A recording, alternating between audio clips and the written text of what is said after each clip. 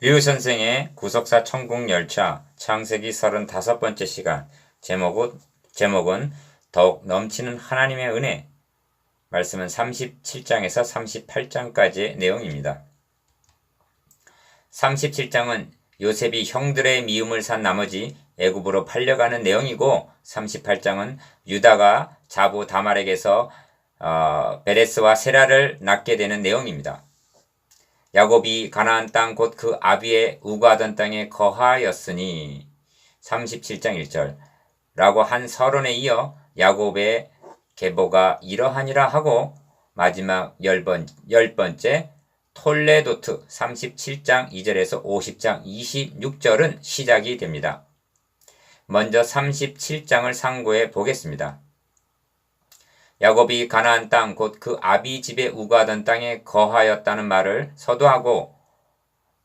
서두에서 하고 있는 것은 에서가 가나안을 떠나 세일로 간 것과 36장 6절 대조하여 보여주기 위함입니다.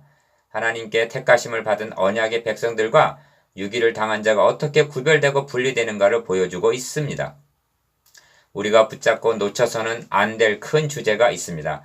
이것은 하나님의 구원 언약이 아브라함을 통해 이삭과 야곱에게 계승되었다가 야곱이 이스라엘이라는 칭호를 얻고 12아들을 거느리게 되므로 명실공히 구약교회가 형성되었다는 사실입니다.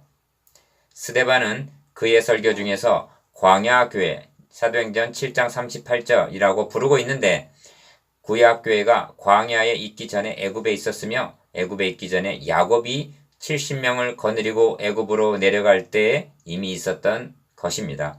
더 거슬러 올라가면 아브라함을 갈대아 우르에서 불러내실 때 벌써 태동되었다고 보아야 할 것입니다. 이스라엘이 애굽으로 내려가게 될 것은 벌써 아브라함에게 계시 창세기 15장 13절 하여 주신 바요, 구약교회를 애굽으로 내려보내신 것도 예수 그리스도께서 헤롯의 화를 피하여 애굽으로 내려가셨던 것과 같이 교회를 보호하시기 위한 섭리였던 것입니다. 그러므로 이제 이후로 전개되는 역사를 요셉에게 초점을 맞춰 그가 애굽에 팔려갔으나 총리 대신이 되었다는 입지전적인 이야기로 말해서는 안 됩니다. 그렇다고 중심점이 야곱 개인에게 있는 것도 아닙니다. 요셉은 야곱의 길의 예비자로 애굽에 내려가는 것이 아닙니다. 계시의 초점은 하나님께서 친히 세우신 이스라엘 곧 하나님의 교회를 어떻게 주권적으로 섭리하시사 애굽으로 내려보내셨으며 그곳에서 양육하시고 보호하셨다가 애굽으로부터 약속의 땅으로 인도하여 내셨는가를 보여주는 데 있기 때문입니다. 하나님은 요셉에게 해와 달과 11별이 내게 절하더이다 9절 라고 한 꿈을 통하여 앞으로 하실 일을 보여주십니다. 요셉이 13년 동안의 실형 기간에 묵묵히 참고 견딜 수 있었던 것은 간직하고 있는 비전이 있었기 때문일 것입니다. 요셉의 꿈 이야기에 대해 그 형들은 시기하되 그 아비는 그 말을 마음에 두었더라 하고 말씀합니다. 37장 11절 훗날 마리아도 목자들에게 전해주었다는 천사의 말을 마음에 지켜 생각하니라 하고 말씀합니다. 누가복음 2장 19절 형들은 요셉이 오는 것을 보고 아우가 오는도다 라고 말하지 않고 꿈꾸는 자가 오는도다 19절 하고 말하며 죽이기를 꾀합니다.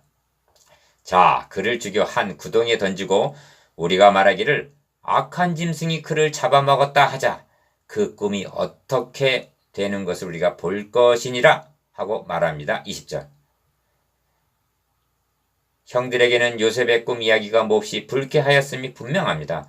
그러나 꿈꾸는 자를 미워하고 시기하며 그를 죽이기를 꾀한다는 것은 결국은 그의 배후에서 섭리하고 계시는 하나님을 대적하는 행위이며 하나님의 계획을 파괴하려는 공작인 것입니다. 그들은 그 꿈이 어떻게 되는가 두고 보자 하고 비웃었으나 정녕 그 꿈이 성취되는 것을 목격하게 될 때 놀라지 않을 자가 누구이겠습니까?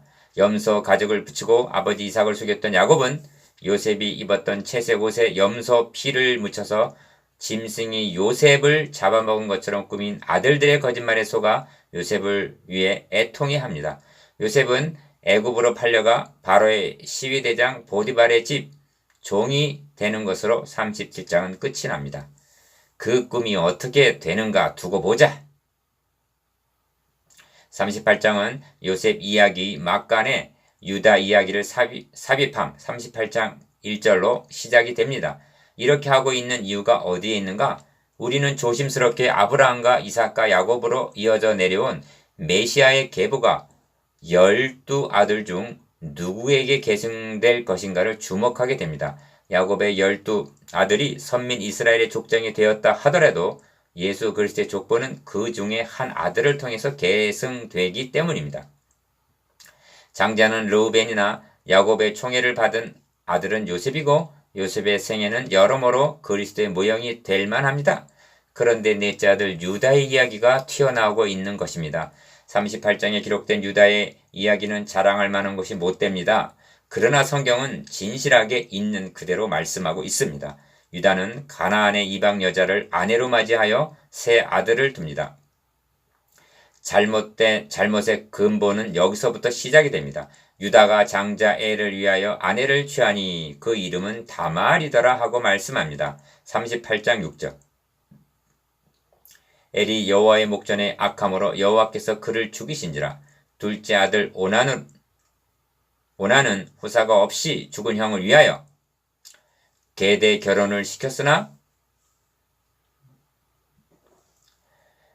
그도 죽이시니 야곱이 셋째도 죽을까 염려하여 그가 장성한 후에도 다말에게 주지를 않습니다. 기다리던 다말은 창녀로 가장하여 유다와 동침하고 잉태하게 되는데 이 사실을 알게 된 유다는 그는 나보다 옳도다. 내가 그를 내 아들 셀라에게 주지 아니하였음이로다. 26절 하고 말합니다. 유다가 다말을 옳다고 말한 것은 윤리적인 면에서 말한 것이 아니고 아내의 의무는 그 가문의 후손을 이어줄 책임이 있다는 후손에 대한 강한 욕망을 인정하는 말인 것입니다. 룻기에 보면 룻을 보아스가 취하였을 때 백성들이 축복하기를 너에게 후사를 주사 너의 집으로 다말이 유다에게 낳아준 베레스의 집과 같이 갖게 하시기를 원하노라. 룻기 4장 12절 하고 다말을